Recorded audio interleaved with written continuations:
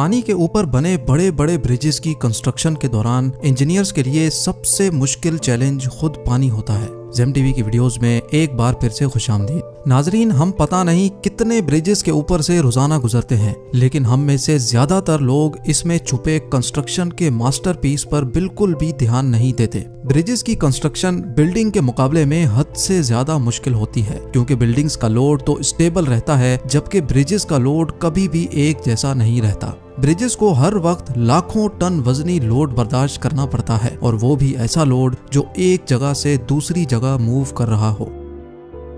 जैसे जैसे आबादी बढ़ती जा रही है, वैसे वैसे ब्रिजेस और फ्लाईओवर्स की इम्पोर्टेंस भी बढ़ती जा रही है, और ये इम्पोर्टेंस उस टाइम पर मजीद बढ़ जाती है जब ब्रिजेस जमीन पर नहीं बल्कि पानी के ऊपर बने हों। जी हाँ, जहाँ जमीन पर ब्रिजेस की कंस्ट्रक्शन में वर्कर्स को मुश्किल तरीन चैलेंजेस का सामना करना पड़ता है, वहीं पानी पर ब्रिज की कंस्ट्रक्शन में 10 गुना ज्यादा चैलेंजेस आते हैं। पानी पर ब्रिजेस बनाने में एक एक इंच क्या, एक एक मिलीमीटर भी पहले से कैलकुलेटेड होता है, क्योंकि अगर एक भी मिलीमीटर की गलती हुई तो अरबों रुपए और लाखों जानें एक ही झटके में ढेर हो सकती हैं।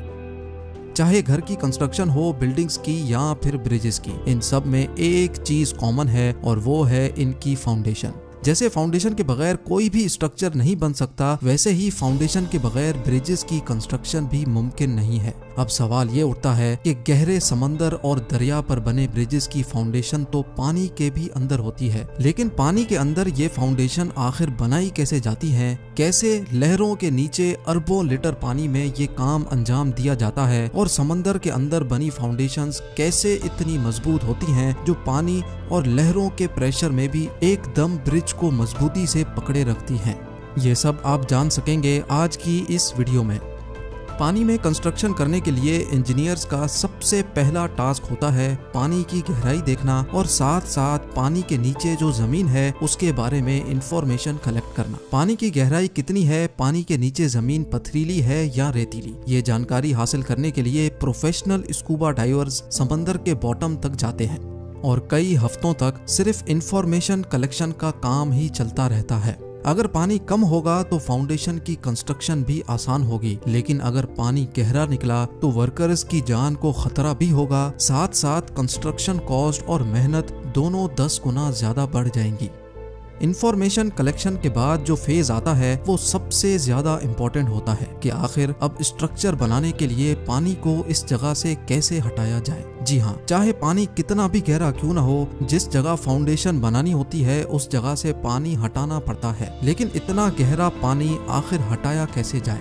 इंजीनियर्स ने इसके भी 3 मेथड्स निकाल रखे हैं। सबसे पहला और सबसे पुराना मेथड कॉफर डैम कहलाता है, यानी जिस जगह कंस्ट्रक्शन होनी होती है उस जगह पर चारों तरफ इतनी मिट्टी डाली जाती है कि वो पानी के लेवल से भी ऊपर हो जाए।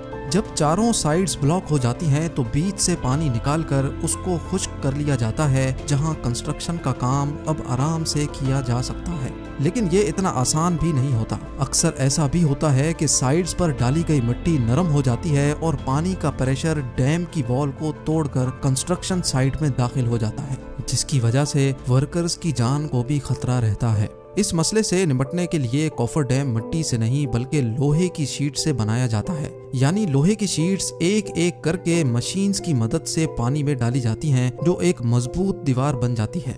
कंस्ट्रक्शन का काम खत्म होने पर नॉर्मली कॉफर डैम को हटा दिया जाता है। फाउंडेशन बनाने का दूसरा मेथड केसॉन्स कहलाता है। इस तरीके में फाउंडेशन पहले जमीन पर बनाई जाती है और फिर उसको किसी शिप की मदद से उस जगह पहुंचाया जाता है जहां उसको इंस्टॉल होना होता है। अब चैलेंज होता है इसको पानी के अंदर डालने का, क्योंकि ये फाउंडेशन एक बॉक्स जैसी होती है जो नीचे से बंद और ऊपर से खुली होती है। अगर इसको ऐसे पानी में डाला गया तो ये पानी के ऊपर ही तैरती रहेगी, जैसा कि ये गिलास पानी में तैरता आप देख सकते हैं। ये फाउंडेशन पानी पर फ्लोट ना करे, इसके लिए इंजीनियर्स के पास एक तरीका होता है। अगर पानी ज्यादा गहरा होता है तो पहले शिप्स की मदद से बड़े बड़े पत्थर डालकर पानी के नीचे जमीन की भराई की जाती है, और फिर कैसॉन को पत्थरों के इस पहाड़ पर शिप क्रेन्स की मदद से रख दिया जाता है, और आखिर में इसके अंदर ऊपर से कंक्रीट डालकर इसको और ज्यादा वजनी और मजबूत बना दिया जाता है। लेकिन अगर पानी इससे भी ज्यादा गहरा हो तो फिर क्या किया जाए?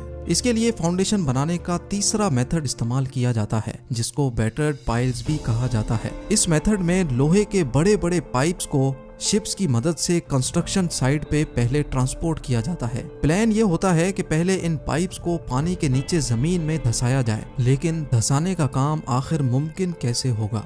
ये पाइप इतने हल्के तो होते नहीं कि इनको इतनी आराम से जमीन के अंदर धंसाया जा सके। आखिरकार एक एक पाइप हजारों टन वजनी होता है।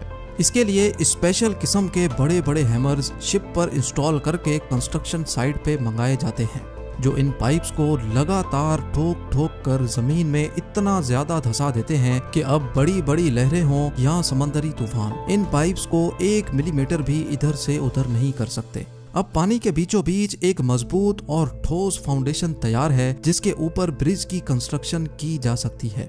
लेकिन ये सब इतना आसान भी नहीं होता जितना आसान ये कहने और सुनने में लगता है। इस सारे प्रोसेस में सालों की मेहनत और कई जानें भी गंवाई जाती हैं। आइए देखते हैं जमीन और पानी पर बनाए गए दुनिया में 10 सबसे ज्यादा लंबे तरीन ब्रिजेस। नंबर 10, यूएस में मौजूद 1979 में कंप्लीट किया जाने वाला ये ब्रिज मैनशेक स्वैम्प ब्रिज के नाम से मशहूर है, जिसकी लंबाई 36 किलोमीटर है। नंबर 9, 2017 में कंप्लीट होने वाला ये ब्रिज चाइना में मौजूद वुहान मेट्रो ब्रिज के नाम से जाना जाता है, जो टोटल 37 किलोमीटर लंबा है। इस ब्रिज को बनाने में 13 सालों का टाइम लगा था। नंबर 8, 1956 में कंप्लीट होने वाला ये ब्रिज यूएस में लेक पोंचाट्रेन कॉजवे के नाम से जाना जाता है। इस ब्रिज की लंबाई 38 किलोमीटर है। Guinness book of world record के मुताबिक पानी पर बनाया गया ये सबसे बड़ा ब्रिज है। नंबर 7, 2010 में कंप्लीट होने वाला ये ब्रिज चाइना में मौजूद बीजिंग ग्रैंड ब्रिज के नाम से मशहूर है, जो टोटल 48 किलोमीटर लंबा है। नंबर 6, थाईलैंड में मौजूद ये ब्रिज 55 किलोमीटर लंबा है, जो बैंगना एक्सप्रेस वे कहलाता है। नंबर 5, 2008 में कंप्लीट होने वाला वाइनन वाई ग्रैंड ब्रिज चाइना में मौजूद है, जो 80 किलोमीटर लंबा है। नंबर 4, दुनिया का चौथा लंबा ब्रिज भी चाइना में ही मौजूद है, जो केंज ग्रैंड ब्रिज कहलाया जाता है, और ये ब्रिज 106 किलोमीटर लंबा है।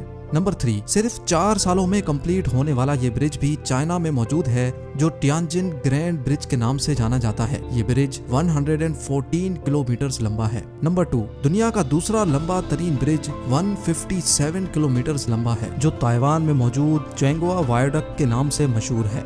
और अब नंबर 1, दुनिया का सबसे लंबा तरीन ब्रिज चाइना में मौजूद है, जो सिर्फ 5 सालों में तैयार कर लिया गया, हैरत अंगेज तौर पे 165 किलोमीटर लंबा है। इस ब्रिज को बनाने में 10,000 वर्कर्स एक ही वक्त में काम करते थे और इस पर टोटल 640 अरब रुपयों का खर्चा हुआ।